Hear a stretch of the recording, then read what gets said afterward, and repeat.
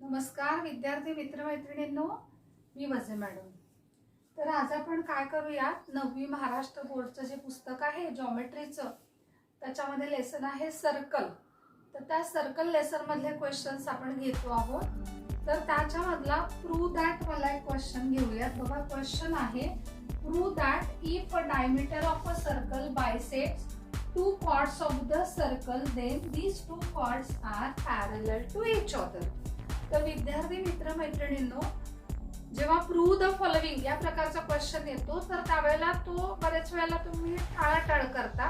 पण तुम्ही बघा, तुम्ही हे शिकलात पहिल्या लेसन मध्ये कंडिशनल स्टेटमेंट। तर कंडिशनल स्टेटमेंट म्हणजे काय की इफ आणि देनच्या फॉर्म मध्ये लिहिलेलं स्टेटमेंट। इफ म्हणजे गिवन इन्फॉर्मेशन आहे आणि देन म्हणजे आपल्याला जे प्रूव्ह करायचंय। तर हे देखील बघा कंडिशनल स्टेटमेंट आहे। If diameter of a circles bisects two chords of the circle, म्हणजे गिवन कंडिशन काय आहे तर एक सर्कल आहे, त्या सर्कलच्या दोन कॉर्ड्स आहेत आणि त्या दोन कॉर्ड्सला डायमीटर काय करत आहे, बायसेक्ट्स करत आहे। म्हणजे बघा, आता आपण इथे गिवन लिहूया। मी एक सर्कल ड्रॉ करते। मी असं म्हणते given O is the center of the circle. O is the center of the circle. Diameter of a circle. Diameter of a circle म्हणजे काय? A chord passing through the center of the circle. PQ is a diameter. PQ is diameter of a circle. Diameter of a circle bisects two chords of the circle. XY and AB are two chords. M is the midpoint of XY, N is the midpoint of chord AB.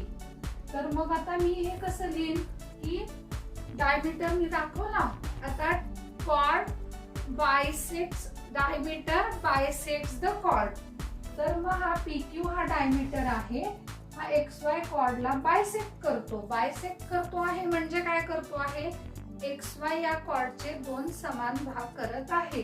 मग मी इथे given मध्ये लिहीन M is the midpoint of XY। त्याच्यामुळे काय होईल तर diameter PQ ने cord XY ला बायसेक्ट केलेला आहे असा याचा अर्थ होईल, कारण PMQ हे सगळे कोलिनियर पॉइंट्स मी दाखवलेले आहेत। N is the midpoint of chord AB। तर आता इथे मी काय केलेलं आहे, गिवन इन्फॉर्मेशन जी आहे ती मी पूर्ण केलेली आहे।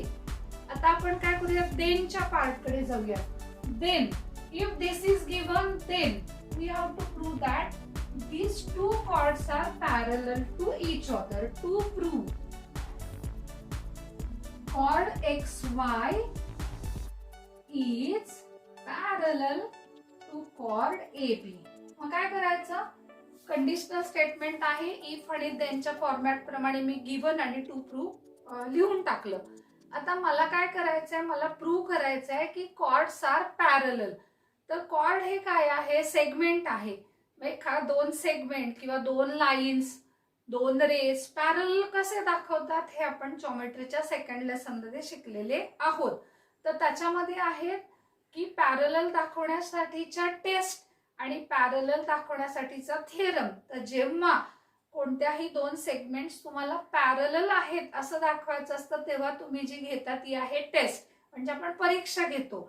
तर परीक्षा 3 आहेत, एक म्हणजे करस्पॉन्डिंग अँगल टेस्ट येते, अल्टरनेट अँगल टेस्ट येते किंवा इंटिरियर अँगलची टेस्ट येते।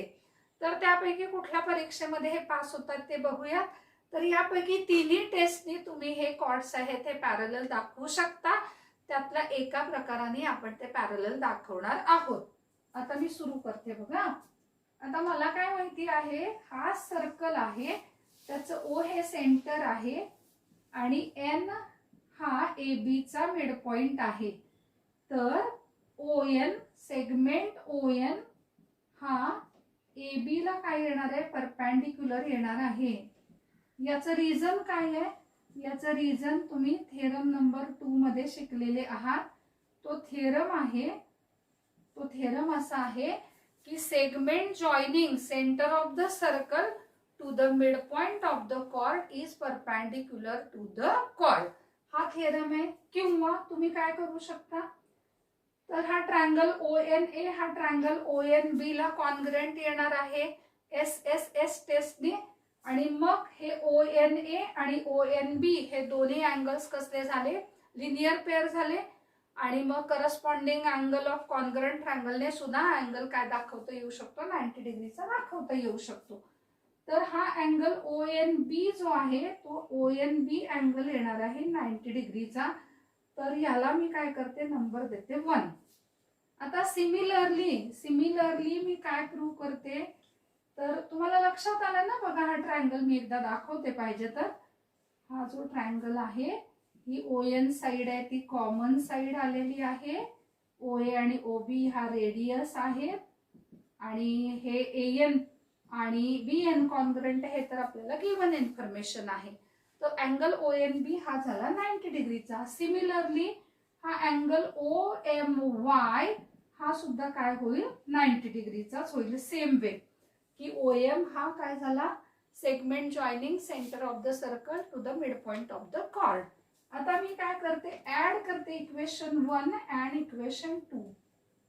इक्वेशन 1 अँड 2 ला ऍड केलं, ONB plus angle OMY is equal to आला 90 प्लस 90 आणि मग angle ONB plus angle OMY हा आलेला आहे 180 डिग्री.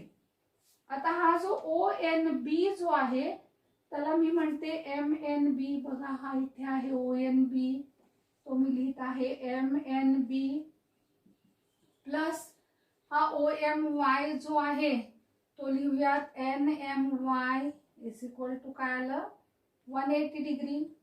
पण थोडी डायग्राम काढूयात. तर इथे